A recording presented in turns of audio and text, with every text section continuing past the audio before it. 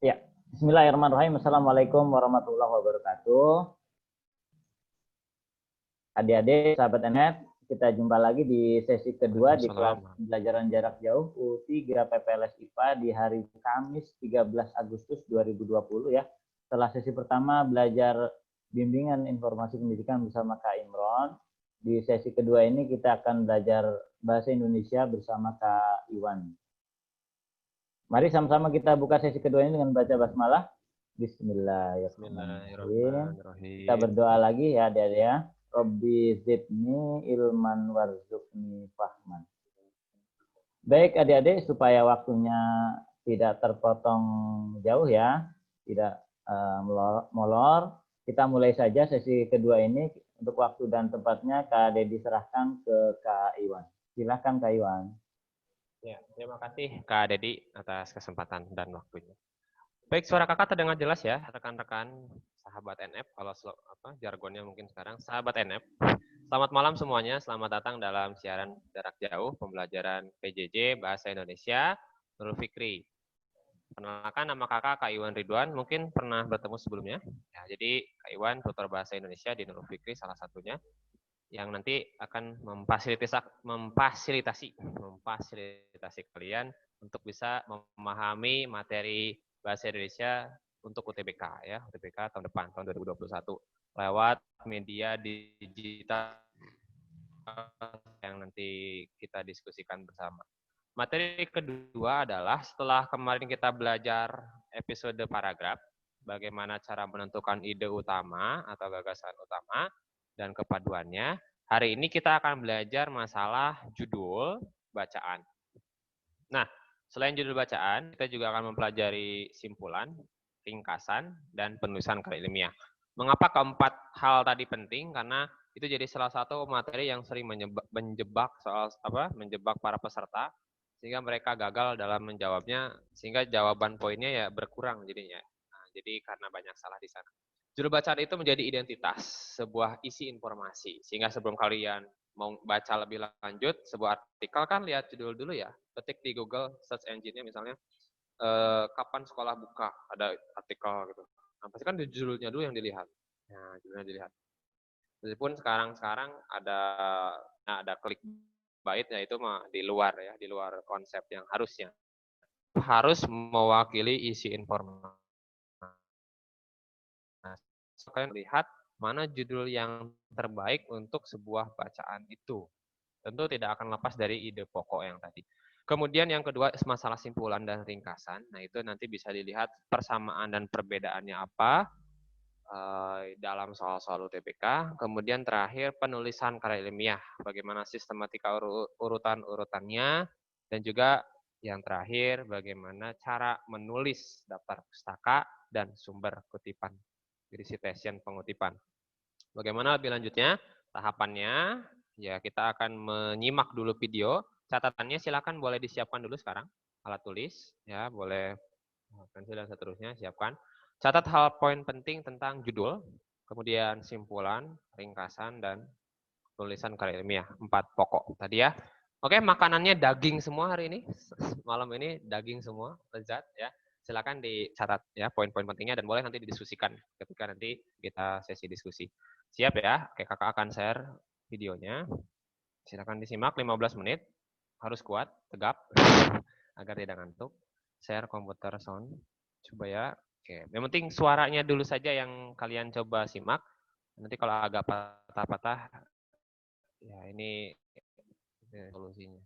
Coba ya, ini udah resolusi sebenarnya. Oke, coba. Bentar ya, lagi proses. Bentar, lagi memunculkan dulu. Jadi video ini nanti juga kalian bisa akses di SIP, ya, Sistem Informasi Pembelajaran Nurul Fikri, beserta yang PowerPoint-nya juga sudah ada ya. Nah, mudah-mudahan nanti terbaca ini bentar ya. Bentar, lagi muncul. Assalamualaikum warahmatullahi wabarakatuh. Sahabat NF, berjumpa lagi dengan kakak Kak Alfi. Kali ini kita akan belajar TF2 PPLS ya. analisis paragraf 2, judul bacaan, simpulan, ringkasan, dan penulisan karya ilmiah. Oke ya. Oke, kita masuk ya ke bagian yang pertama, yakni judul. Oke ya. Dari sisi pengertian, judul itu nama yang dipakai untuk menyiratkan secara pendek isi atau maksud buku, bab, teks, dan lain-lain. Bisa juga judul itu bermakna kepala karangan. Oke ya. Nah, bagaimana judul yang baik ya? Kita tahu soal judul ini kan ada ya di tes SBMPTN. Ada beberapa ya kriteria. Yang pertama, judul itu harus relevan atau sesuai dengan isi pokok pembicaraan. Ya, terus judul itu harus singkat ya, jangan panjang-panjang ya. Terus judul itu harus provokatif atau menarik ya, biar pembaca juga tertarik ya. Terus judul itu harus terarah ya, tidak terlalu umum. Oke. Terus bagaimana tips ya? Ada beberapa ya. Nah, untuk yang pertama ini tips menentukan judul dari teks yang terdiri atas beberapa paragraf ya. Yang pertama adalah tentukan ide pokok dari tiap-tiap paragraf ya. Paragraf 1 apa ide pokoknya, paragraf kedua apa ide pokoknya. Terus baru ya yang kedua adalah tentukan judul yang merangkum semua ide pokok tersebut, yang mewakili ya semua ide pokok yang ada di bacaan tersebut begitu. Ini menentukan judul dari teks yang terdiri atas beberapa paragraf. Terus bagaimana menentukan judul dari teks yang hanya satu paragraf ya. Yang pertama, tentukan ide pokok dari paragraf tersebut ya.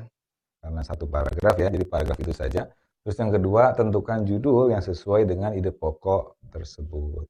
Lebih mudah ya, lebih simpel karena hanya satu paragraf. Nah, berikutnya adalah simpulan ya. Bentuk kesimpulan tuh macam-macam ya. Pertama, simpulan itu hasil dari jenis penalaran ya. Bisa penalaran deduksi yang berupa silogisme, antimem, bisa juga penalaran induksi ya. Contohnya generalisasi, analogi, kausalitas ya. Terus simpulan itu bentuknya bisa berupa komentar atau pendapat akhir yang sesuai dengan makna di kamusnya ya. Terus yang ketiga bisa juga berupa masalah dan solusinya, oke ya. Terus bisa juga berupa pernyataan umum ya seperti gagasan utama ya.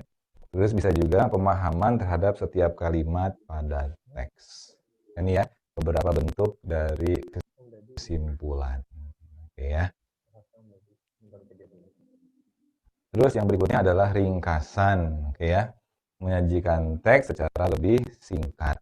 Oke ya, meringkas bacaan seperti itu ya, mengambil intisarinya saja. Oke ya, ini ringkasan ya. Jadi inti-inti dari paragrafnya, hal-hal penting dari paragrafnya dikumpulkan ya menjadi satu ya. Terus menentukan judul ya, poinnya ini ya, berkaitan dengan tema atau gagasan utama. Ya, jadi bisa langkahnya tentukan dulu temanya, tentukan dulu gagasan utamanya, baru tentukan atau pilih ya judul yang tepat yang ada di pilihan. Seperti itu ya.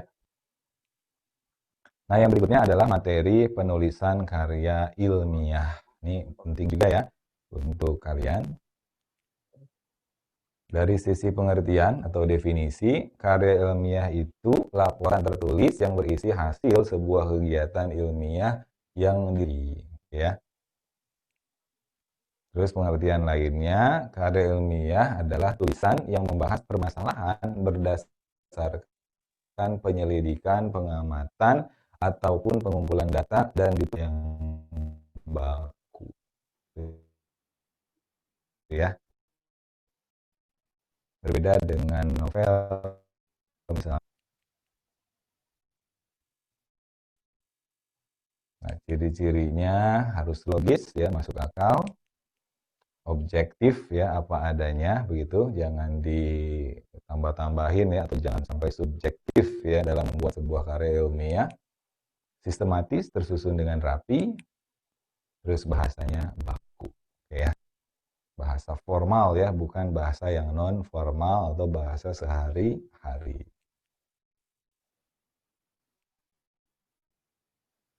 tujuan ya.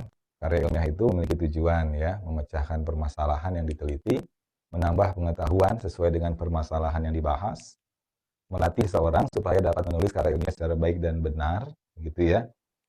Terus melatih kemampuan berpikir penulisnya ya. Nah, sistematika atau susunan karya ilmiah ya. Ya, daftar isi, pendahuluan, isi, dan penutup. Ya, ini dan terakhir lagi ada daftar pustaka. Ini susunan secara umum ya dari karya ilmiah ya. Yang pertama kata pengantar. Ya, apa saja isinya? Kita lihat ucapan puji syukur ya, terus ucapan terima kasih, harapan penulis ya. Terus yang kedua ada daftar isi, apa saja isinya? Ya, lembar halaman yang menjadi petunjuk pokok isi buku beserta nomor halamannya. Ini sudah tahu ya rata-rata ya. Terus pendahuluan, bagian yang berisi latar belakang masalah, perumusan masalah, tujuan, dan kegunaan penelitian. Oke ya.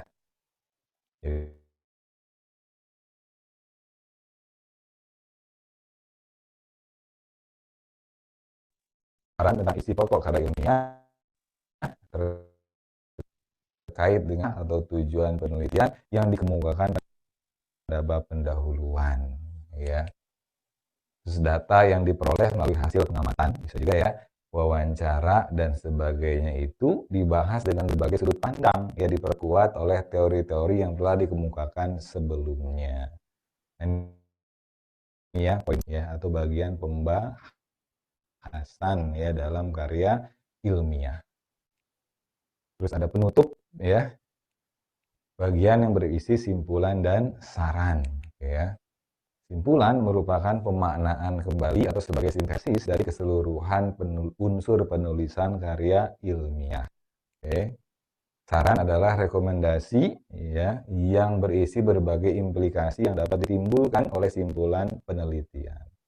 Ini ya poin-poin penutup ya. Sekarang yang terakhir adalah daftar pustaka ya, yakni daftar yang mencantumkan judul buku, nama pengarang, penerbit, dan sebagainya yang ditempatkan pada bagian akhir suatu karangan atau buku dan disusun menurut abjad ya. Kalian hafal susunannya ya. Cara mudahnya adalah menghafalkan susunan seperti ini ya. Nataju Kopen. Nah, ingat ya, Nataju Kopen itu nanya jadi ya susunan nama belakang ya. Junya apa? Judul buku. Terus koknya kota terbit, pennya penerbit ya. Nataju Kopen. Ingat gitu ya. Susunan dari daftar pustaka. Karena contohnya di sini ada suatu buku ya, karya Bapak Abdul Rashid ya. Judulnya adalah Kajian Fikih Kontemporer yang terbit tahun 2017. Nah, kita susun dalam daftar pustaka ya. Namanya tadi apa? Abdul Rashid ya. Jadi nama depannya Abdul, nama belakangnya Rashid ya. Kita susun Rashid dulu ya, nama belakangnya, koma, Abdul. Titik ya, terus tahun terbitnya 2017. Titik lagi, terus judul bukunya Kajian Fikih Kontemporer. Jangan lupa dicetak miring ya. Dalam aturan ejaan, aturan UEB ya, Pedoman Umum Ejaan Bahasa Indonesia, judul buku itu dicetak miring ya. Titik akarnya, titik 2, dan terakhir adalah penerbitnya, diakhiri titik. Nah, ini ya susunan dari daftar Kopen. Ingat ya. Ya, yang berikutnya adalah pengutipan ya. Oke ya. Kita lihat bagaimana kalau dari sumber langsung ya. Ini susunannya seperti ini. Menggunakan kata menurut misalnya, menurut ya, terus nama belakang penulisnya, kurung buka, tahun terbit, titik 2, halamannya, yang di dalamnya mengandung tulisan atau kutipan ya. Terus baru kutipannya. Terus bisa juga nggak pakai kata menurut ya, jadi langsung nama belakang penulis, terus kurung buka, tahun terbit ya, titik 2, halamannya ya, terus baru tambahin kata menyatakan, terus baru kutipannya. Berlangsung itu dari sumber yang pertama begitu ya, bisa menggunakan menurut, bisa juga tidak, asal subjek predikatnya jelas ya. Jangan sampai sudah pakai menurut, terus setelah koma nanti pakai kata menyatakan. Nah, itu jadi tidak efektif ya kalimatnya ya. Jadi perhatikan aturan pengutipannya, perhatikan juga aturan keefektifannya. Oke. Ini siapa? Nah, juga kutipannya itu menggunakan tanda petik semua. Ya. Terus kurung buka nama belakang penulis. Ya, koma tahun ya, tahun terbit ya bukunya, titik 2 halaman. Bisa juga seperti ini ya. Nah, contohnya di sini menurut Abrams ya, pakai menurut Abrams nama belakang penulisnya ya. Kurung buka 1981 tahun terbit bukunya Abrams, titik 2 61 ini halaman yang mengandung pernyataan Abrams tersebut ya. Kurung tutup koma ya. Jadi kalau pakai menurut terus di ujung kurung tutupnya itu koma. Terus baru pernyataannya, fiksi merupakan dan seterusnya ya, sampai dengan sejarah. Terus contoh yang berikutnya tidak menggunakan kata menurut. Abrams ya, tahun terbit, titik 2 halaman ya, mengemukakan bahwa, nggak pakai koma lagi ya, langsung predikatnya mengemukakan bahwa. Nah, fiksi sampai dengan sejarah isi kutipannya. Terus menggunakan tanda petik ya, fiksi ya sampai dengan sejarah. Jadi isi kutipannya diapit tanda petik, terus kurung buka, Abrams 1981, ya, tahun terbitnya 61 halamannya. Ini ya contoh cara mengutip dari sumber langsung. Bisa ya. Terus bagaimana dari sumber bukan dari sumber langsung ya, terus dari sumber kedua ya. Nah, sama ya. Menggunakan kata menurut, terus tidak menggunakan menurut, sama tanda petik ya. Yang menggunakan nama menurut ya, menurut nama belakangnya yang dikutip ya, nama belakang penulisnya yang memiliki pernyataan tersebut begitu, ditulis nama belakangnya, terus dalam nama penulis ya, maksudnya dalam buku ya yang kita kutip pernyataan yang punya kutipan tersebut gitu ya. Nanti kita lihat contohnya biar lebih jelas ya. Tahun terbitnya, halamannya berapa, terus isi kutipannya seperti apa. Terus nama belakang yang dikutip, ini nggak pakai menurut ya, sama komanya dihapus ya. Dalam nama belakang penulis ya, tahun terbit, titik 2 halaman, menggunakan kata menyatakan, terus isi kutipannya. Terus kutipan ya, isi kutipannya diapit tanda petik, nama belakang yang dikutip, dalam nama belakang penulis ya, tahun, halaman. Jadi ada beberapa perbedaan ya, terutama menggunakan kata dalam ya, dan menambahkan satu nama penulis lagi ya yang mengutip pernyataan penulis sebelumnya. Kita lihat ya contohnya biar lebih jelas. Nah, ini ya. Ada Abrams, ada Nurgiantoro. Jadi kita mengutip pernyataan Abrams dari bukunya Nurgiantoro, itu maksudnya. Ya. Tahun terbit di sini maksudnya tahun terbit bukunya Nurgiantoro, bukan bukunya Abrams. Karena kita mengutip dari sumber kedua, ya bukan dari sumber pertama. Halaman ini maksudnya halaman yang mengandung pernyataan Abrams di dalam bukunya Nurgiantoro. Bisa dipahami ya sampai situ ya. Kita lihat contohnya. Menurut Abrams, oke ya, dalam Nurgiantoro, ya, dalam bukunya Nurgiantoro maksudnya, koma 1995 tahun terbitnya, titik 22 tuh halamannya. Terus isi kutipannya, jangan lupa koma. Terus kalau nggak pakai menurutnya dihapus ya, langsung Abrams, ya, nama belakang yang punya pernyataan itu, dalam Nurgiantoro, dalam bukunya Nurgiantoro, koma, tahun terbit, halaman, mengemukakan bahwa, terus isi kutipan. Terus yang ketiga, isi kutipannya langsung, ya terus kurung buka, Abrams, ya, koma, dalam Nurgiantoro, tahun terbit dan halaman kurung tutup. Nah, seperti itu ya cara mengutip dari sumber kedua. Pakai menurut, nggak pakai menurut, terus pakai tanda petik, ya, terus bagian pengutipannya di akhir. Bisa dipahami ya? Ya, Aku itu bisa ya siap dong. pembelajaran. Ada.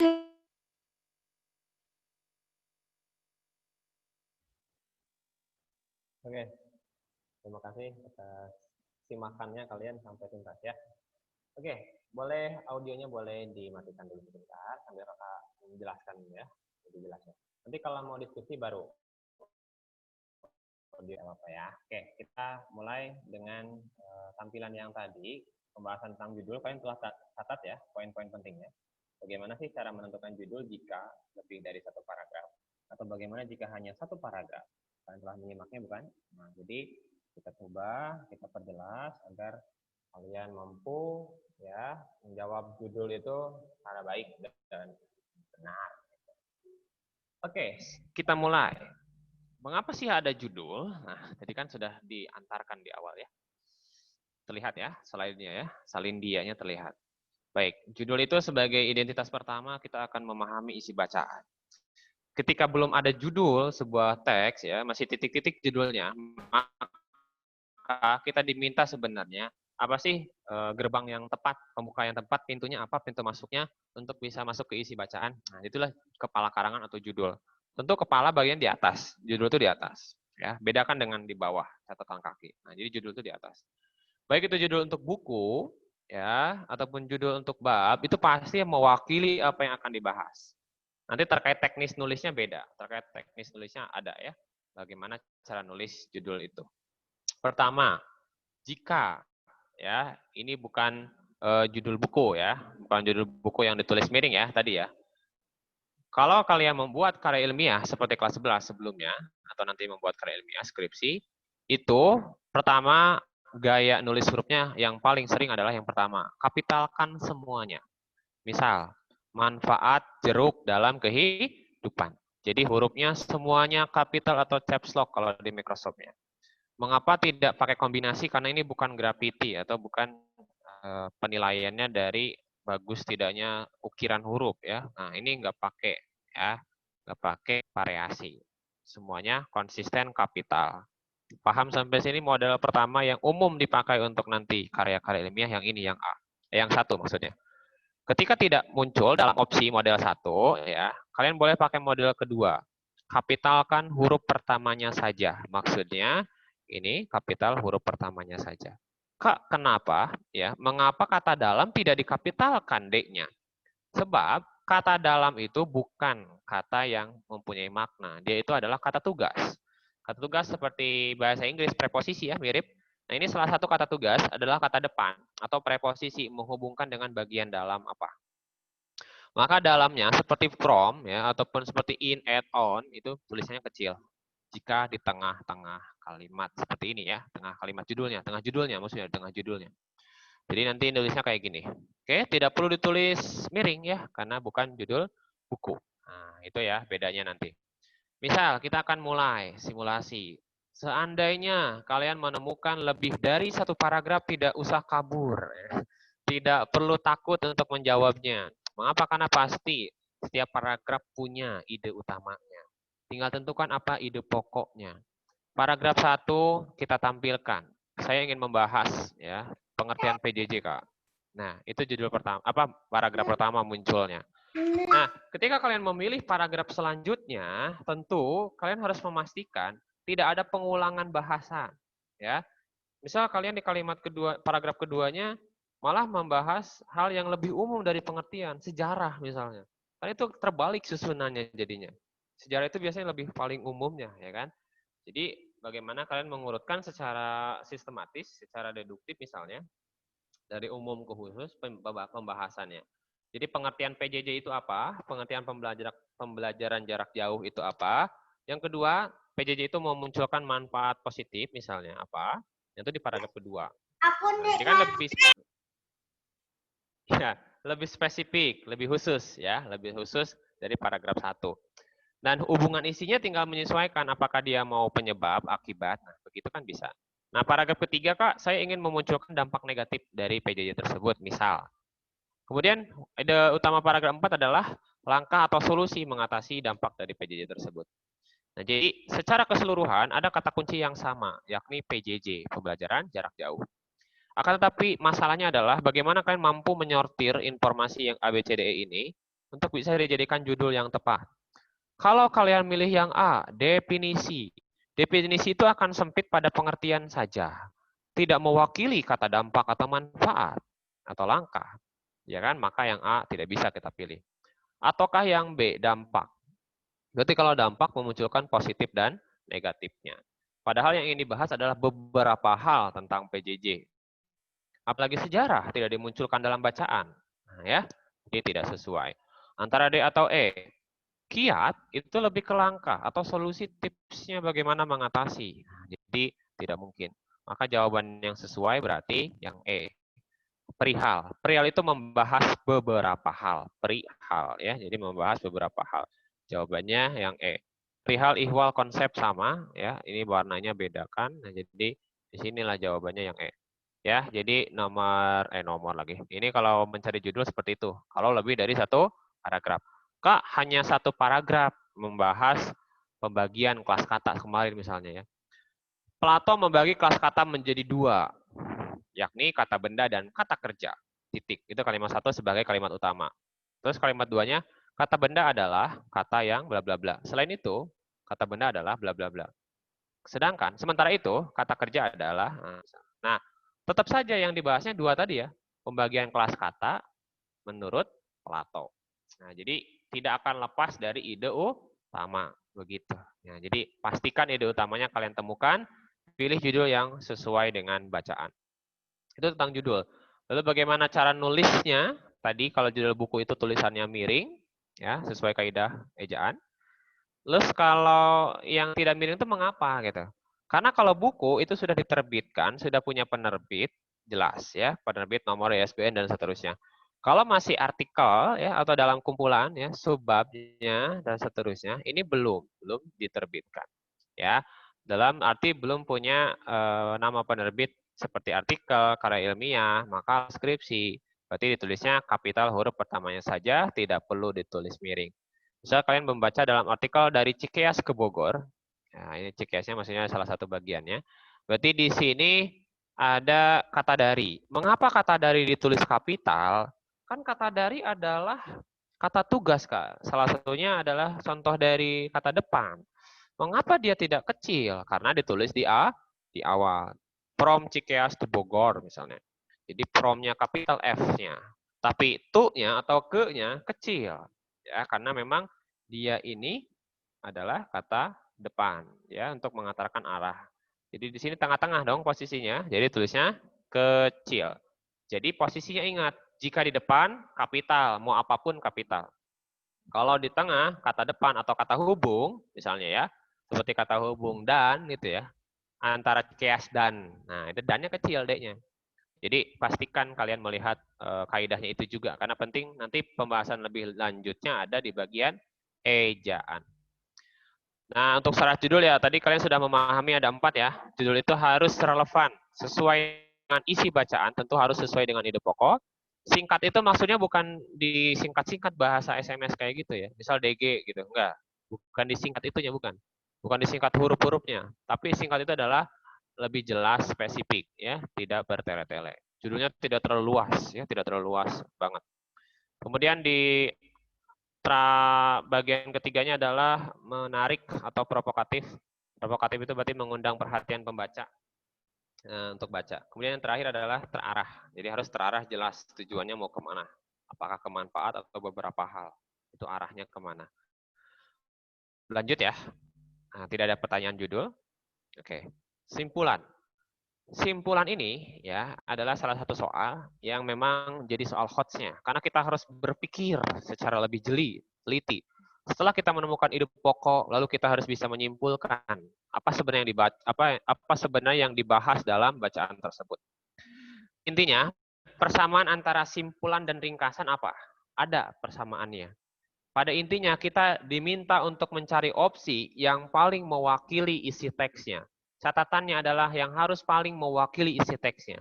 Ketika kalian lupa dengan teori yang 5 ini, misalnya ada 5 cara, kalian lupa cara menyimpulkannya gimana, tetap pastikan bahwa opsi yang kalian pilih itu haruslah mewakili isi teksnya. Begitu kata kuncinya. Baik simpulan atau ringkasan. Akan tetapi perbedaannya adalah, jika ringkasan itu lebih mudah. Kalian seperti merangkum buku, merangkum beberapa halaman jadi satu halaman. Merangkum 5 kalimat jadi satu kalimat. Ya, kalau ringkasan tuh begitu. Misal contohnya dari ide tentang kelas kata tadi, kita kelas kata dibagi menjadi 2, yakni kata benda dan kata kerja. Keduanya memiliki perbedaan masing-masing. Nah, itu misalnya diringkas dalam satu kalimat misal. Intinya kan nggak lepas dari ide kan. Nah, jadi intinya nggak lepas dari ide. Untuk simpulan, dia akan cara perlakuannya disesuaikan dengan jenis yang kita temukan bacaannya. Bisa dari sana sudut pandangnya. Ketika kalian melihat soal penalaran, ini nanti untuk yang hijau ini munculnya dalam soal, bentar, ya ada bacaan. Nah, kalau yang hijau ini adalah dalam soal TPA, tes potensi akademik, bagian PU, penalaran umum. Jadi nanti ingat modal matematika mungkin ya, silogisme. Ada premis, ada modus ponen, dan seterusnya. Nanti ini tidak dipelajari atau tidak muncul dalam soal bahasa Indonesianya. Tapi ini secara umum ada. Dan di buku modul yang kalian punya sekarang, itu bisa dibaca. Silogisme bagaimana, antimem itu bagaimana. Antimem itu lebih ke silogis yang diperpendek. Jadi dia lebih ke langsung ya, pernyataan khusus dan simpulan. Nanti kakak contohkan yang silogisme kayak gimana. Nanti cara berpikirnya ya gampang kalau yang ini ya. Silogisme itu nanti ada bagian-bagiannya. Kalau yang kategori di buku ada ya, silogisme kategori, ada premis umum, premis khusus, silakan dibaca dulu saja. Itu di luar jam bahasa Indonesia nanti. Jika saya menemukan sebuah informasi begini, ya, disimbolkan dengan P maka kaki. Jika Rini rajin, maka, nah kalau maka muncul itu jadi tidak efektif kalimatnya. Nanti kalau bahasan kalimat. Tapi kalau soal TPA sih nggak masalah ya. Jika Rini rajin, maka ibu bahagia. Jika ibu bahagia, maka ayah senyum. Simpulannya adalah kalian cari benang merahnya, buang yang samanya. Kalau model silogisme. Berarti adalah jika Rini rajin, berarti ayah senyum. Nah, itu silogismenya, silogisme yang sudah muncul ya. P maka Q, Q maka R, PR simpulannya. Oke, berikutnya model yang B adalah induksi. Nah, inilah yang bisa jadi muncul di soal bahasa Indonesia yang ini. Ya. Jadi bagaimana berpikirnya dari bernalar. Bernalar itu berlogika dari yang contoh-contoh terlebih dahulu. Ya, kerangka berpikirnya dari khusus ke umum, mengarah ke hal yang sifatnya lebih luas. Kita mencontohkan lewat misalnya nanti generalisasi. Generalisasi adalah bagaimana kita memproses sebuah informasi, kita tarik kesimpulan secara memadai. Misalnya dalam kehidupan sehari-hari kalian mungkin pernah mendengar, tolong jangan generalisir masalah yang ada. Jangan disamaratakan, karena misalnya jadi ada yang tidak terwakili. Nah itu generalisasi, ya generalisasi tulisannya G. Jadi bagaimana ketika kita melihat informasi yang general, itu bisa kita tarik secara memadai. Contohnya, yang berikut ini. Bentar ya, yang general itu yang ini. Nah, simpulannya dari beberapa kasus misal. Ada ide utamanya pertama, siswa L laki-laki. Siswa laki-laki suka ayam goreng. Siswa perempuan suka ayam geprek. Bagaimana menyimpulkan secara memadai? Apakah boleh kakak simpulkan begini? Jadi dapat disimpulkan bahwa siswa laki-laki dan perempuan tidak suka ayam. Nah, ya kan? Padahal mereka suka, meskipun perbedaannya ada yang ayam goreng, ada ayam geprek.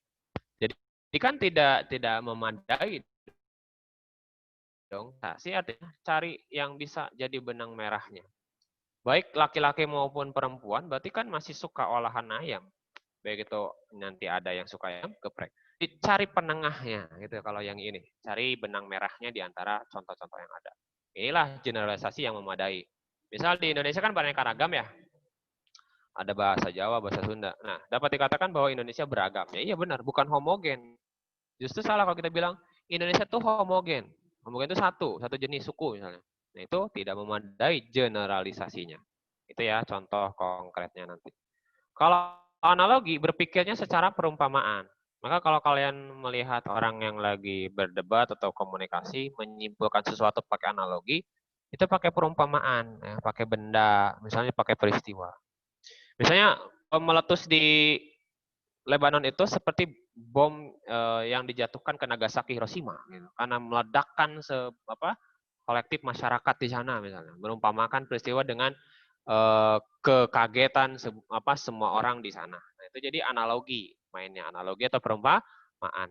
Kalau kalian nanti menyaksikan debat-debat ya banyak ya bermunculan. Atau kalian nonton minimal ILC atau yang Najwa Shihab tuh Mata Najwa. Nah, itu cocok bisa kalian lihat cara bicara seseorang bisa melihat dari sana. Kemudian ada kausalitas. Nah, bagaimana kausalitas itu berkaitan dengan sebab akibat. Nah, ya misal Rini rajin. Selain itu Rini sering berlatih soal. Oleh karena itu Rini lulus UTBK. Nah, jadi sebab akibat hukumnya. Jadi ada kausalitasnya. Berarti dari sana kita tahu ada hubungan sebab akibat. Nah, berbeda dengan yang nomor 1 hasil dari penalaran, berpikir apakah dari deduksi umum dulu ataukah dari induksi khusus dulu gitu. Yang kedua adalah mengomentari pendapat akhir dari sesuatu masalah. Biasanya dia jenis teksnya adalah teks argumentasi. Argumennya berarti bagaimana pendapatnya. Misal ada 2 pendapat. Pendapat 1 mengatakan dari Menteri Perhubungan misal, Menhub mengatakan bahwa mudik dilarang, misal ya, mudik dilarang. Akan tetapi Presiden mengatakan sebaliknya. Berarti sebaliknya itu kan Presiden mendukung ada mudik misal. Ini misal aja ya. Artinya kalian kalau mau menyimpulkan harus bisa dua-duanya bisa kalian kaitkan. Terlepas dari pernyataan Menhub misalnya, mudik tetap jadi tradisi yang tidak bisa dilepaskan oleh masyarakat Indonesia. Nah, sehingga mudik bisa dilakukan. Misal ya, ketika normal misal. Nah, jadi itu komentar atau pendapat akhir. Biasanya membahas isu yang ada 2 pendapatnya. Lalu yang ketiga, bagaimana sebuah masalah itu pasti selalu ada solusinya ya. Kita menemukan masalah pasti ada solusinya. Beserta kesulitan ada kemudahan. Itu biasanya muncul dalam teks editorial. Nanti kalian belajar kelas 12 nih, teks editorial atau tajuk rencana. Ketika kalian melihat editorial di TV Media Indonesia, itu contohnya ada. Atau di koran ya, nanti biasanya lihatnya dari koran. Nah, itu bagaimana pandangan sebuah media atas sebuah masalah. Pasti ada solusinya atau memberikan usulan. Misal, masalahnya adalah masker langka. Ya, kemarin ketika kita kena pandemi itu se-Indonesia misalnya, maskernya langka, gimana kita mau jaga-jaga misal.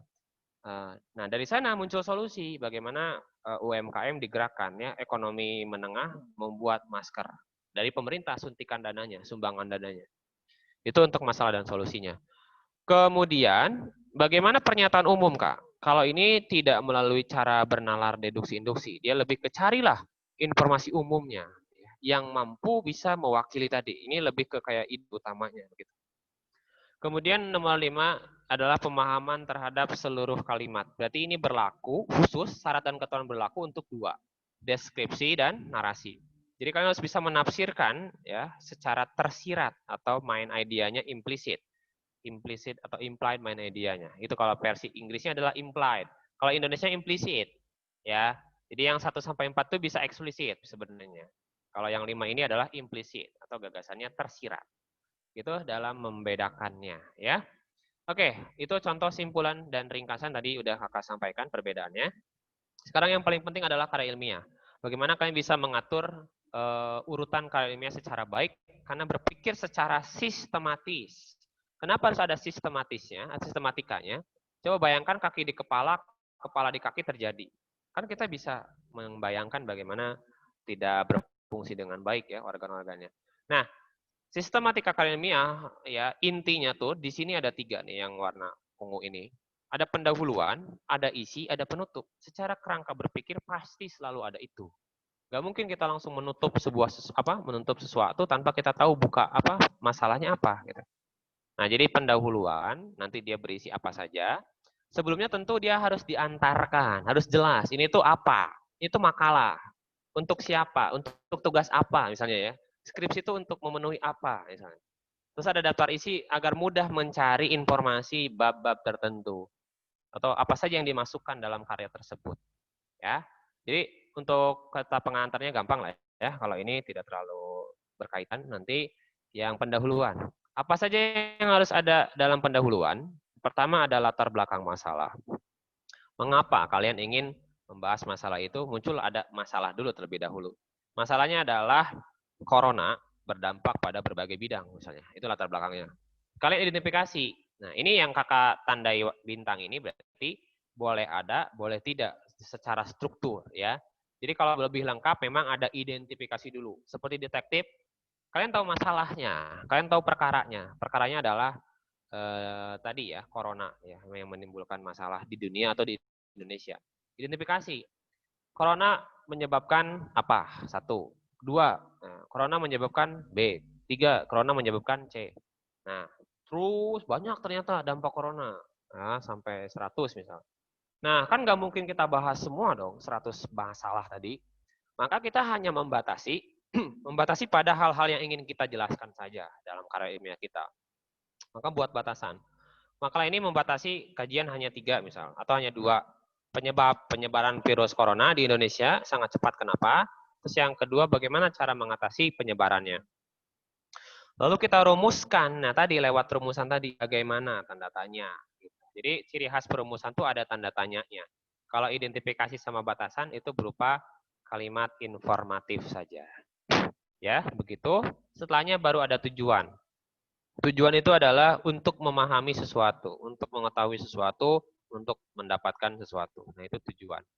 Kalau kegunaan itu hasil dari tujuan. Ini manfaat atau faedah. Setelah kegunaan nanti muncul bagaimana metode penulisan kalian, ya. Apakah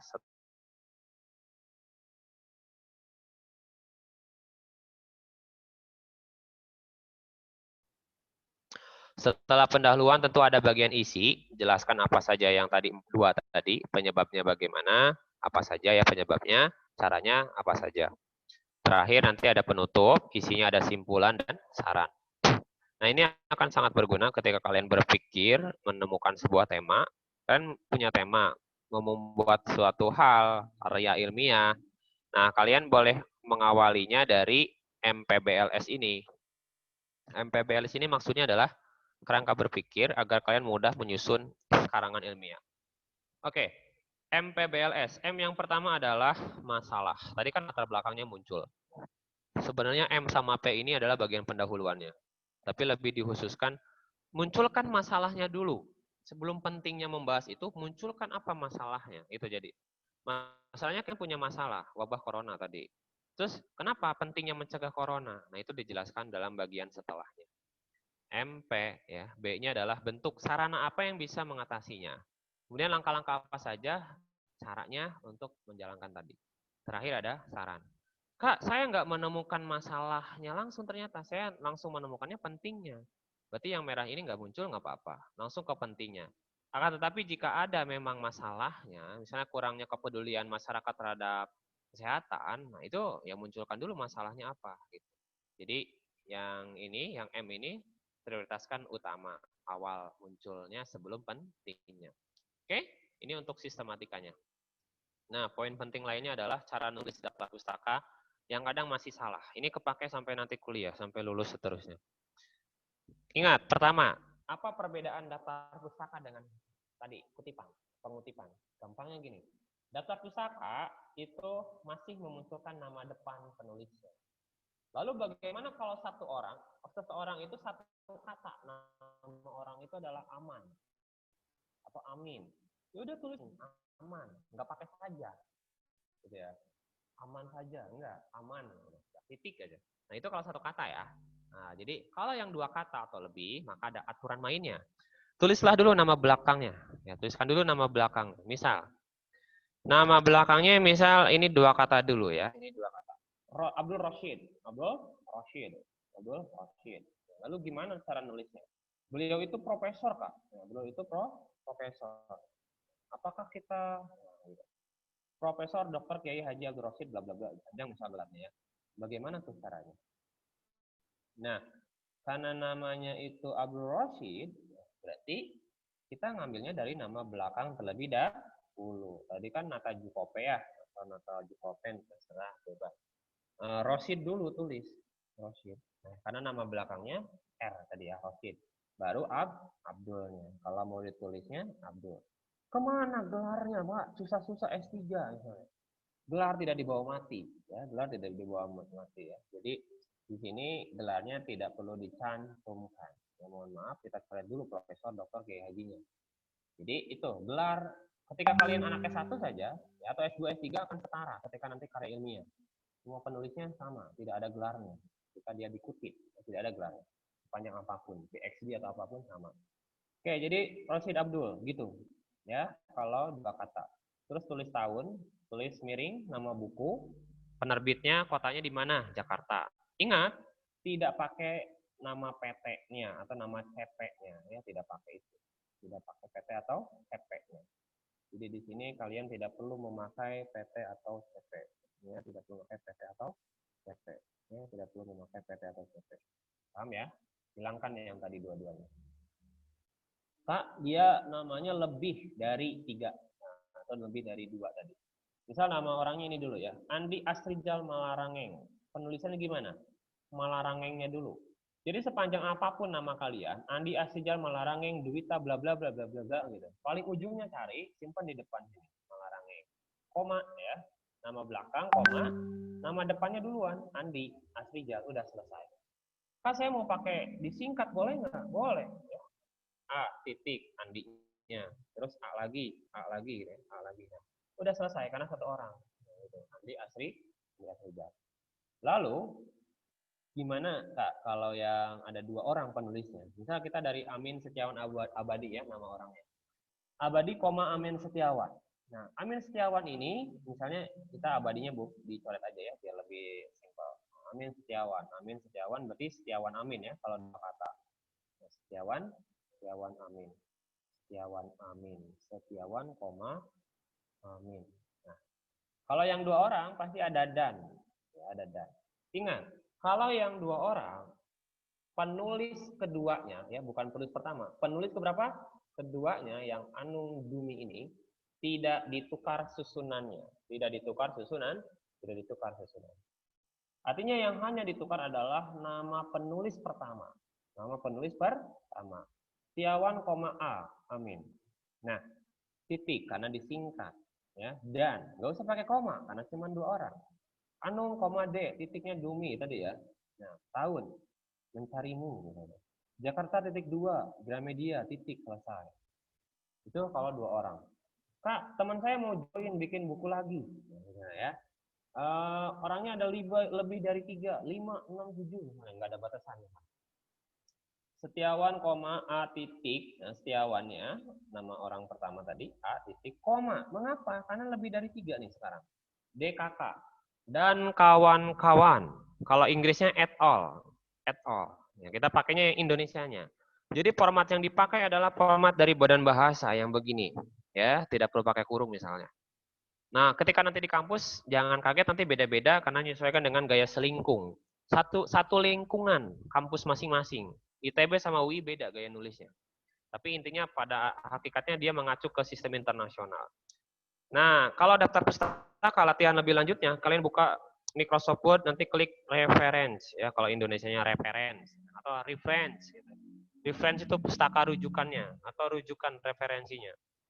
Paham ya? Kalau mau main latihannya bisa pakai template itu, nanti ada disediakan di sana langsung.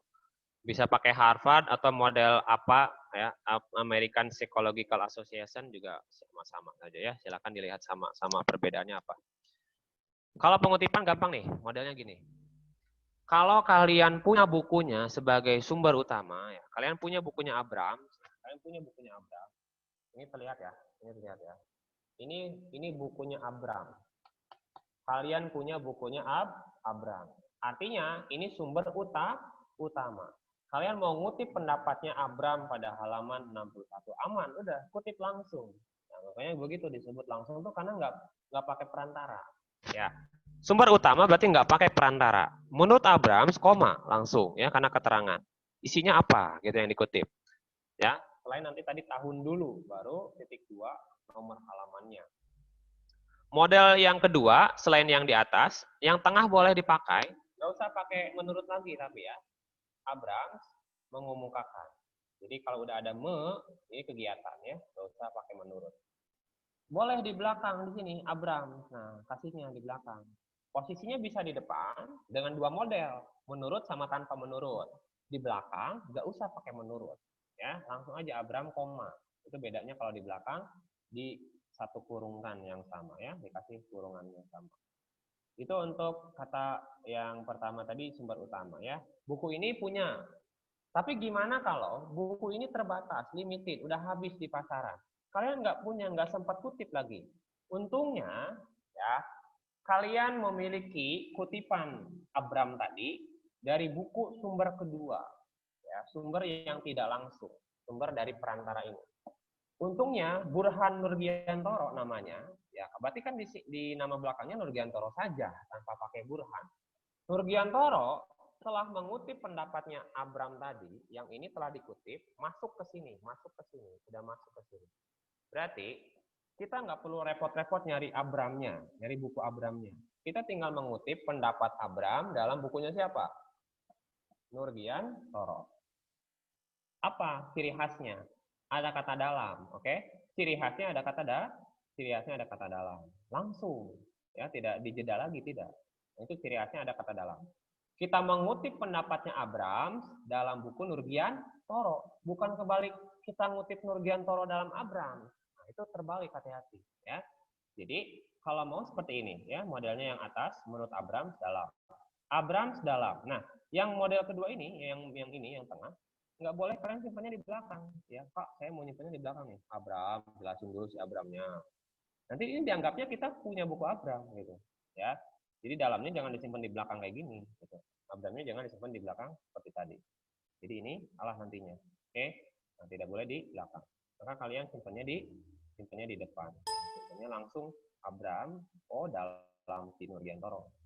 Bukunya buku Nurgiantoro tentunya, tapi halamannya halaman kedua yang berisi kutipannya Abram tadi.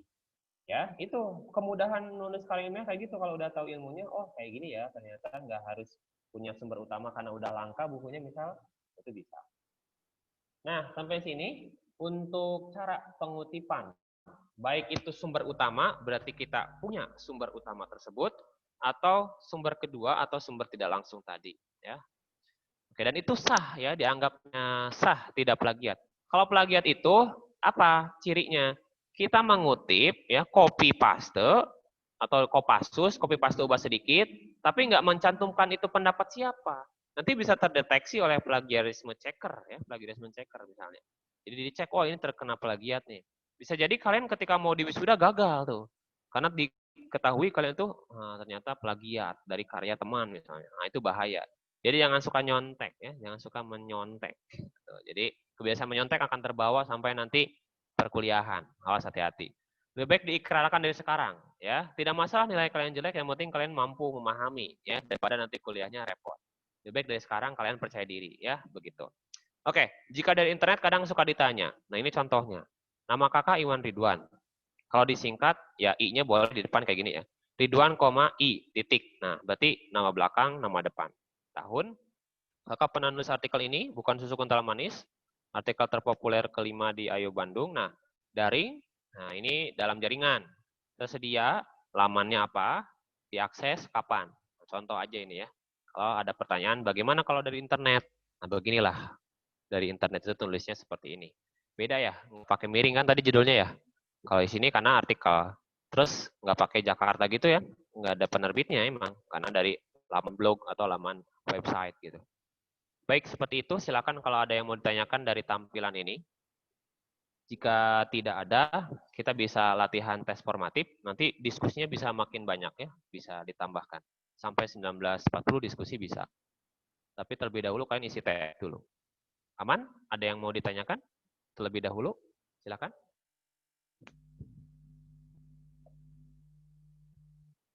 (1914) Ada yang mau ya? Chat boleh.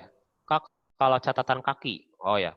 Kalau catatan kaki memang tidak dimunculkan dalam salah satu TBK, tapi penulisannya pun dia menyesuaikan ya, menyesuaikan. Catatan kaki nanti ada teknik penulisannya, jadi dia agak berbeda dengan daftar pustaka. Tapi prinsipnya sama, nama belakang penulisnya dulu. Prinsipnya nama belakang. Kalau catatan kaki, posisi letaknya dia tidak di ujung seperti tadi. Daftar pustaka itu kan berarti satu doang. perbedaannya gini. Daftar pustaka tuh terletak di ujung setelah penutup. Ya, itu kalau daftar pustaka. Tapi kalau catatan kaki bisa di setiap bab.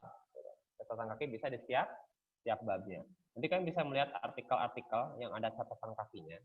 Itu cara penulisannya pun akan berbeda. Nah, misalnya kakak tampilkannya ini. Oke, kalian ngutip pendapatnya dari buku, contohnya yang Abdul Rosid tadi aja. Bukunya sama Abdul Rosid, tapi di catatan kaki gimana tuh? Nah, jadi karena memang tidak berkaitan dengan topik, ya, tapi ini sedikit saja. Tapi intinya dia cara nulis nama belakangnya dulu sama. Ini yang tadi pas dapat yang ini ya. Kita ngambil yang ini contoh ya, Rosid. Ini. Kan kalau daftar pustaka begini, kalau catatan kaki beda lagi masalah ini ya caranya. Catatan kaki nanti ini tulisnya footnote ya, catatan kaki. Kalau bahasa di sini footnote. Nah, kalian nanti tinggal buka aja kalau lagi di Microsoft itu ada footnote. Nah, ikuti aja tuh formatnya gitu. Nah, kalau mau mainnya lebih praktis, sudah ada semuanya disediakan. Nah, itu ya kalau nanti ada template-nya. Tapi kalau di sini berarti susunannya udah berubah. Di sini misalnya ada Rashid sama Abdul. Gitu. Nah, biasanya kalau catatan kaki memunculkan judulnya terlebih dahulu, tapi judulnya nggak ditulis miring. Gitu, bla bla bla. Terus kadang dia nggak pakai titik, koma gitu. Dia ada gayanya tersendiri. Terus tahunnya berapa gitu ya. Kalau urutannya misalnya 2017, halamannya kita ketik halaman berapa. Beda kayak pengutipan tapi ya, ini catatan kaki itu biasanya di satunya ada angka 1 di sini. 1, nah, nanti di atas biasanya ya, ada di atas. Ini nanti biasanya di Microsoft Word nih lebih enaknya di Microsoft Word. Coba kalau pakai Word nanti ya, nanti di Word, nanti kalian tinggal diatur. Jadi cara nulisnya beda dengan daftar pustaka. Kalau daftar pustaka kan nggak ada nomor halamannya ya. Nah, kalau di sini kita nomor halamannya. Sebenarnya catatan kaki itu tidak dibutuhkan karena udah ada daftar pustaka. Justru catatan kaki itu membuat si ini satu halamannya jadi penuh, kelihatannya padat gitu. Jadi nggak bisa dibaca dengan baik jadinya. Makanya kalau skripsi tidak pakai catatan kaki, ya tidak pakai catatan kaki. Nah, kalau mungkin nanti udah tahapnya lebih lanjut, tesis, disertasi mungkin ya dibutuhkan mungkin catatan kaki. Biasanya untuk gaya populer baru ya catatan kaki muncul. Esai-esai kayak gitu baru muncul. Ya, itu nanti kalian bisa lihat di Microsoft Word. Kalau catatan kaki footnote, kalau data pustaka defense. Ya, itu silakan telusuri lebih lanjut dulu ya. Nah, nanti lebih lanjutnya bisa didiskusikan ketika konsultasi. Paham ya? Oke, ada yang lain nggak? Kita stop share dulu. Oke, kalau tidak 1920 sampai 1930 kita isi TF. Oh, ada privat ya. Kalau rumus MBPS untuk ilmiah yang termasuk bentuk yang mana? Oke, tadi UTBK catatan kaki nggak muncul, oke? Hampir daftar pustaka dan catatan kaki memang tidak muncul lagi, sudah jarang muncul. Tapi dipahami agar nanti kalau muncul bisa kalian atasi itu. Yang seringnya mungkin daftar pustaka nanti, kalau untuk antisipasi ya, daftar pustaka. Kemudian nanti di kuadran NF juga bisa dilihat ya, nanti ketika materi pelajaran lain. Apalagi yang belum, catatan kaki bentuknya, kalau yang MPBLS, bentuk yang mana, itu maksudnya untuk karangan secara umum. Ya. Kalau kalian punya tema, misal temanya adalah mengurangi kenakalan remaja. Kenapa harus dikurangi kenakalan remaja? Muncul masalah. Misalnya remaja tawuran. Gitu. Pentingnya apa? Mencegah korban jiwa. Gitu. Terus B, bentuknya sarananya apa? Untuk menunjang agar tidak terjadi tawuran. Terus langkah-langkah mengatasinya gimana? Nah, gitu. Lalu munculkan saran. Itu ya, Gina ya, terjawab ya. Kalau misalkan latar belakang itu masuknya ke yang penting atau yang masalah gitu loh. Oh, ya latar belakang tuh ininya judul besarnya gitu, subbab besarnya. Kan bab 1 nih, pendahuluan. Subbabnya adalah latar belakang. Di latar belakang isinya paragraf 1 ada masalah, paragraf 2 ada pentingnya. Nah, begitu. Jadi yang MPBLS ini masuknya di bagian isi paragraf. Gitu. Nah, terkadang dijadikan sub ya, sub kalau ada subjudulnya misal bagian pembahasan, langkah mengatasi. Nah, gitu. Jadi umumnya MPBLS ini adalah kerangka berpikir. Itu kerangka berpikir dari atas ke bawah, masalah, pentingnya, bentuk, langkah, dan saran. Itu tuh. Paham ya? Oke, Kak. Oke, itu bagus. Untuk tulisan judul yang menggunakan huruf kapital semua digunakan untuk judul apakah? Ya tadi disampaikan ya, Ovi. Untuk yang kapital semua, skripsi, ya tesis, karya ilmiah akademik itu dikapitalkan semua. Judul dalam jurnal itu dikapitalkan semua. Itu begitu ya. Kalau yang artikel populer biasanya yang gayanya kapital huruf pertamanya saja. Itu biasanya artikel ilmiah memakai kapital semua. Artikel ilmiah populer memakai yang kapital huruf pertamanya. Itu kalau mau dilihat penggunaannya ya. Tapi intinya kalau dalam soal, kalau nanti tidak ada kapital semua, pakai yang kapital huruf pertamanya saja. Itu sarannya ya. Oke, luar biasa. Lebih lanjutnya kalian coba tuntaskan lewat ya sajian menu penutup adalah tes formatif. Ya. Semoga malam ini makin bermakna. Silakan coba diisi 10 menit ya. Bisa ya. Oke, terima kasih Kak Dedi telah menguploadnya, mengunggahnya di chat ya. Silakan lihat di chat ya, CHT, chat. Silakan dibuka, isi nama kalian dan juga kelasnya. 10 menit, silakan. Saya izin dulu ke toilet bentar ya.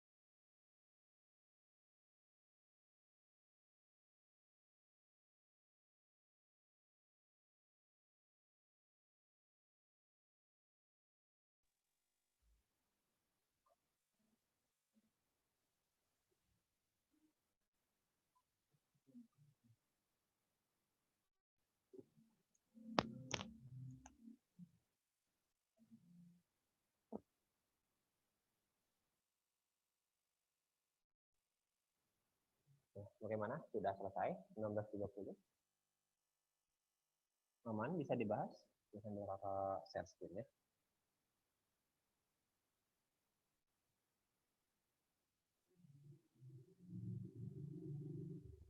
Baik. Terjebak di nomor berapa? Terjebak di ruang nomor berapa? Baik, nomor 1 yang ditanya adalah judul. Hati-hati judul yang dimintanya dari paragraf yang dikutip Elis ya, yang ada Elisnya ya, ada Elisnya. Kita lihat nomor 1, judul yang tepat yang kalian harus lihat adalah dari penyesuaian layar. Ini yang dilihat dari sini, kata Elis, dari kata Elis. Ingat, apa sih yang dibicarakan Elis di sini? Kita lihat kalimat 1, ternyata di videonya di sana. Elis menyebutkan adanya 2 tipe pembelajaran bahasa, yakni tipe naturalistik dan tipe formal. Apakah dibahas cara belajarnya?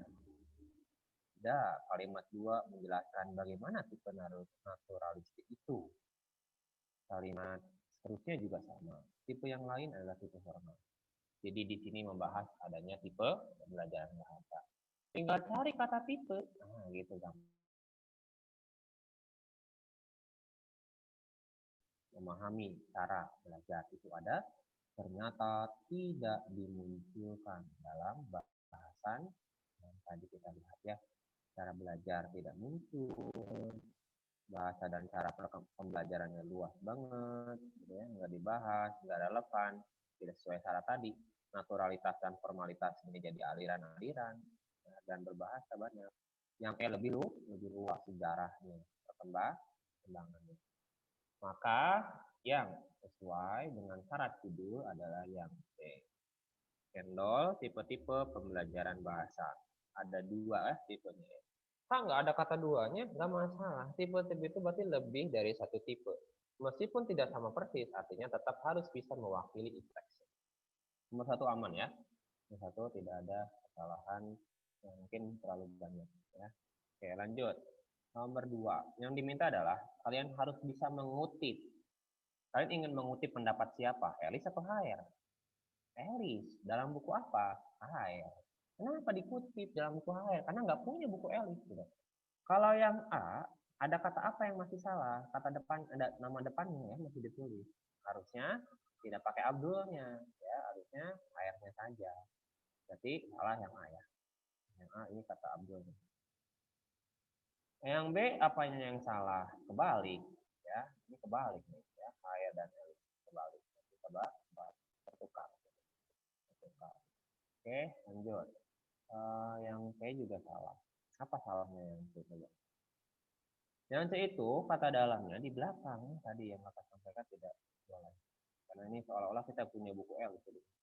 Nah, Elis menyebutkan ada 2 tipe tadi. Nah, jadi ini ya tidak sesuai yang C.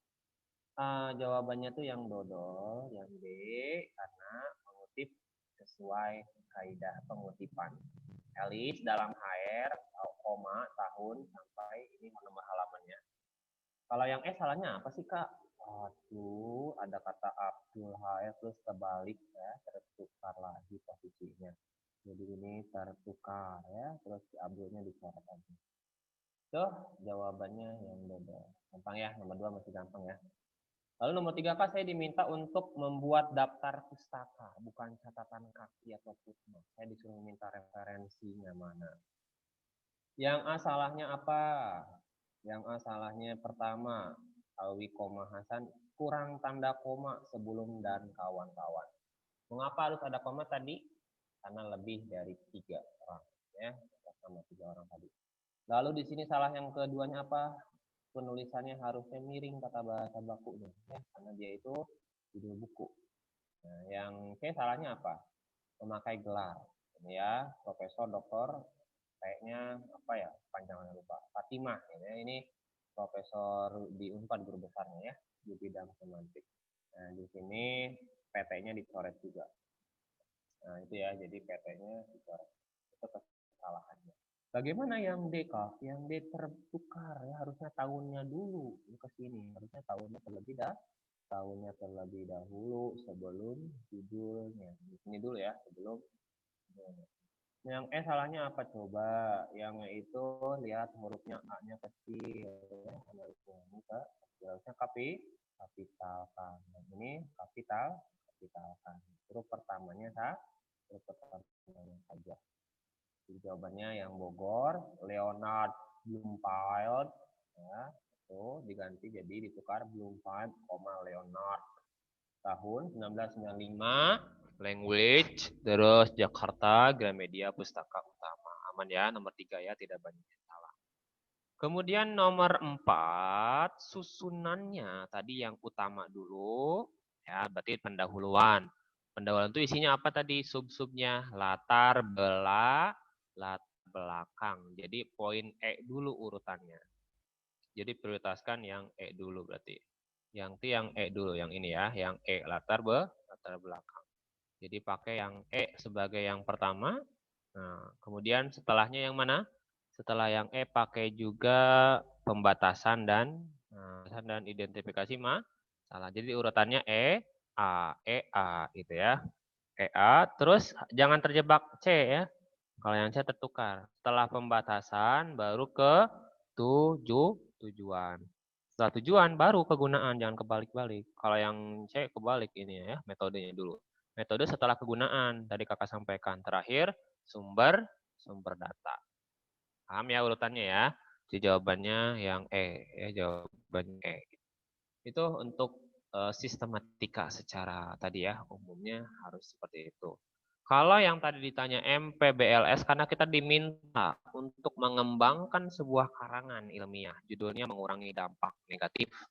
Mengapa harus dikurangi? Karena ada masalah. Masalahnya apa? Nah itu masalahnya kita munculkan dalam M-nya.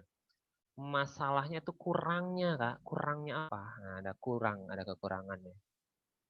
Kurangnya pengetahuan orang tua tentang dampak negatif ini sebagian urutan pertama. Jadi mainnya urutan pertama 5 dulu. Setelah 5 naik ke 2, MP. Pentingnya. Setelah 2, oh ya udah jawabannya B ketemu. 52, sarananya bentuknya apa, langkah-langkah dan sarannya. MPBLS kepake ya. Jadi itu untuk nomor 5. Jadi jawabannya yang Bogor. Oke, lanjut ke nomor berikutnya. Nomor berikutnya nomor 6. Banyak salah nggak nomor?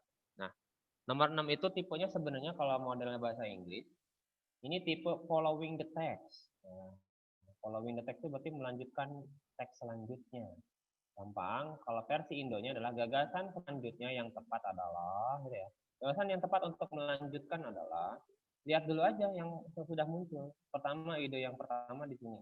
Menteri Kesehatan mengatakan bahwa keberadaan vaksin palsu bla bla bla bla bla bla bla, intinya ini tidak terlalu berbahaya, tidak terlalu membahayakan. Ini intinya yang ini kan kalimat 1. Kalimat 2-nya menjelaskan yang Menkes tadi. Akan tetapi ternyata di paragraf kedua justru ada pertentangan dari, padahal menurut informasi kepolisian vaksin itu ternyata berbahaya karena ada kandungan, vaksin palsu itu berbahaya karena ada kandungan biotik gentamisin, karena ada kandungan gentamisin. Nah, jadi kan ada 2 nih, ada yang hijau sama yang warna ungu nih pembahasannya ya. Jadi gimana tuh di paragraf ketiga? Kita harus melanjutkan bagaimana, Kak? Berarti kan ada informasi yang tidak akurat tuh. Informasinya ada yang membolehkan, ada yang tidak berbahaya, ada yang bahaya. Nah, maka kalian tinggal tarik ya yang ini itu berkaitan dengan yang atas. Berarti di sini bisa ya. Pertama, ada akurat. Akurat itu berarti kan dari tadi ada 2 pendapat. Transparan tuh jelas ya. Nah, kasus apa kasusnya? Vaksin palsu terus ada apa? Kandungan. Nah, kan dua-duanya ada ya. Nah, di dua-duanya muncul. Jadi itu kata kuncinya muncul dalam opsi yang B. Kalau yang A coba bayangkan, ada nggak bahasan masyarakatnya? Ada nggak? Kalian mau bahas masyarakat nggak di paragrafnya? Tidak ada. Jadi nggak mungkin masyarakatnya kita jelaskan ya. Karena tidak ada masyarakat panik-panik dan seterusnya. Ini momentum fasilitas. Kan kita nggak ngebahas fasilitas kesehatannya. Terus kita juga nggak ngebahas bukti-bukti vaksin itu ampuh atau tidak. Ya, itu. Karena kan lebih ada 2 fenomena vaksin palsu itu berbahaya atau tidak. Yang M malah adalah ya pengertian. Jadi nggak mungkin. Itu nomor 6 jawabannya ya, yang Bogor. Dapat dipahami ya nomor 6. Oke, bagaimana cara menyimpulkan adanya dua ya tadi masalahnya tadi vaksin itu dianggap tidak terlalu berbahaya bagi Menkes. Tetapi menurut kepolisian itu berbahaya. Nah, kan simpang siur tadi informasinya. Berarti kita menggunakan cara menyimpulkannya bisa lewat komentar atau pendapat akhir. Mengapa? Agar pembaca mudah menafsirkan. Oh, jadi kalau vaksin palsu itu gimana sih posisinya sebenarnya? Berbahaya ya. Jadi terlepas dari pernyataan Menkes, kan yang hijaunya muncul ya, yang hijaunya muncul. Terlepas dari pernyataan Menkes. Pernyataan yang gimana? Menkes mengatakan vaksin palsu itu tidak terlalu berbahaya. Akan tetapi justru ya sebenarnya ada yang berbahayanya tadi. Nah, vaksin palsu yang tadi itu berisi tadi kandungan gentamisin. Jadi berbahaya. Jadi dua-duanya nyambung, terwakili gitu ya. Kalau prinsip keterwakilan terwakili. Sedangkan opsi lainnya coba lihat, ada tidak bahasannya kedua-duanya tadi? Opsi yang opsi yang A udah benar tadi ya. Opsi yang B coba ya. Kalau kalian milih yang B, itu ada kata Menkes ya. B. Kalau B itu apakah Menkes saja yang mengatakan tentang vaksinnya? Tidak. Jadi tadi kepolisian juga mengatakan sesuatu ya. Jadi Menkes saja, ini Menkes menduga. Ini malah paragraf 2 saja. Ya, ini paragraf 2 saja. Nah, jadi tidak mewakili. Begitu. Silakan ada yang mau ditanyakan dari pembahasan TF malam ini. TF2 ini ya, TF2. Silakan mumpung masih buka share screen-nya kalau mau dari pertanyaan yang sini. Pertanyaan TF ada nggak? Kalau dari luar pernyataan ini boleh, pertanyaan yang lain boleh. Tapi berkaitan ya. Dari yang sini ada nggak? Paham nggak? Dapat dipahami ya? Silakan. Ada yang nanya? Pak, kalau tadi kegunaan masuk di apa? Kegunaan masuk ke latar belakang. Kegunaan itu bahasa lainnya manfaat atau faedah. Jadi nanti dalam skripsi, manfaatnya ada manfaat teoretis. Teoretis itu berkaitan dengan sumbangan ke teori. Ada manfaat praktis. Tapi kalau karya ilmiah biasa di SMA ya cukup manfaatnya ya praktis. Mengetahui, gitu ya, diketahui, dihasil, diperoleh. Oke, itu wawasan tambahannya. Waktunya cukup, Pak? Nah, oke, waktunya 12 menit. Ya, udah ya. MPBLS tadi masuknya ke yang tadi kalau kegunaan berarti kepentingnya ya, kepentingnya. Kepentingnya berarti ada manfaat, ada tujuan ya. Jadi itu MPBLS itu kerangka karangan, kerangka berpikirnya maksudnya, kerangka berpikir biar mudah. Kalau yang struktur jelas pakai yang pendahuluan isinya ada latar belakang, ada tujuan, ada manfaat. Nah, jadi ada tadi metode penulisan atau sumber tadi ya, sumber data. Kalau MPBLS-nya berpikir secara berurutan, mengembangkan karya kerangka pengembangan karya ilmiah. Oke, luar biasa malam ini. Pertanyaannya ada lagi? Ya, sudah ya. Oke, semoga dapat dipahami. Kalian boleh mengakses PPT, PowerPoint atau salin dianya di FYP masing-masing dan juga video dari YouTube masing-masing. Terima kasih. Kalau tidak ada pertanyaan, kakak cukupkan sekian. Tutup dengan hamdalah. Alhamdulillahirrahmanirrahim. Aku kembalikan ke Kak Dedi selaku host atau moderator. Terima kasih Kak Dedi atas kesempatannya. Sama-sama Kak Iwan, terima kasih. Ya.